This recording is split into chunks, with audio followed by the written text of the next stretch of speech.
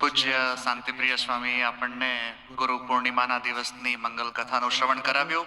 અત્યારે આપણે આપણા ગુરુનામ ગુરુ એવા ભગવાન શ્રી સ્વામિનારાયણ અને સર્વે દેવોનું પૂજન થાય એ માટે અત્યારે સર્વે સંતોને હું વિનંતી કરું કે સર્વે સંતો મહારાજનું આપણે જન્મંગલના સ્તોત્રથી અહીંયા પૂજન કરવું છે. વાલા ભક્તો, આપણે સૌ જ્યારે સંતો મહારાજનું પૂજન કરતા હોય તો સાથે એ જન્મંગલના સ્તોત્રના નામ લઈ એ યાદ કરી આપણે પણ મહારાજના પૂજનમાં જોડાઈએ. સંતો જ્યારે પૂજન કરી લે ત્યારબાદ આપણે ગુરુદેવ શાસ્ત્રીજી મહારાજ તથા ગુરુ મહારાજ આ બંને સંતોનું એમના પછી અહીંયા પૂજન લેશું.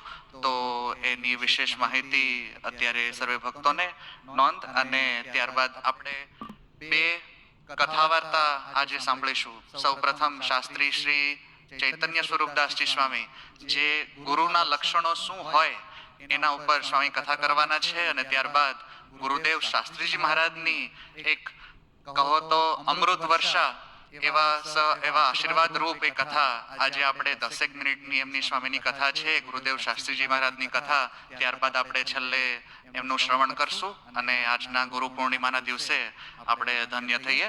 અત્યારે મહારાજના પૂજનમાં સંતો મહારાજનું પૂજન કરશે.